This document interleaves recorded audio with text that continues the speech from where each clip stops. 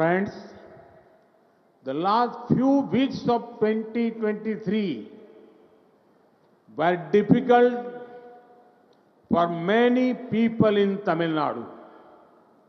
We lost many of our fellow citizens due to heavy rains. There has also been significant loss of property. I was deeply moved at the condition of the affected families. The central government stands with the people of Tamil Nadu in this time of crisis. We are providing every possible support to the state government. Further, just a few days ago, we lost Thiru Vijayakant ji. He was a captain not only in the world of cinema but also in politics. He won the hearts of the people through his work in films.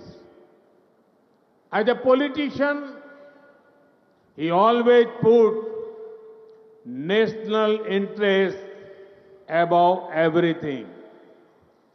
I pay my tributes to him.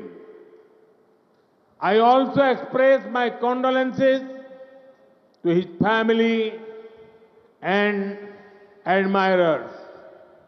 Friends, today when I am here, I also remember another son of Tamil Nadu, Dr. M.S. Swaminathan ji.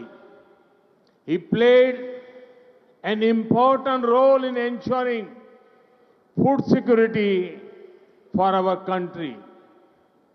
We lost him last year as well.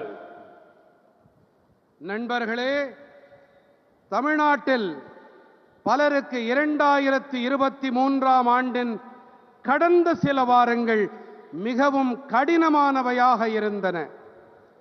கனமழை காரணமாக நமது பல சக குடிமக்களை நாம் இழக்க வேண்டியிருந்தது. சொத்துக்கள், உடைமைகள் இழப்பும் கணிசமானவையாக இருந்தன. பாதிக்கப்பட்ட குடும்பங்களின் நிலை எனக்குள்ளே மிகவும் ஆழமான பாதிப்பை ஏற்படுத்தியது. இந்த நெருக்கடியான வேளையிலே மத்திய அரசாங்கம் தமிழ்நாட்டு மக்களுக்கு துணையாக நிற்கின்றது. சாத்தியமான அனைத்து ஆதரவையும் மாநில அரசாங்கத்திற்கு நாங்கள் அளித்து வருகின்றோம். இதோ சில நாட்கள் முன்பாக நாம் திரு விஜயகாந்த் அவர்களை இழந்திருக்கின்றோம்.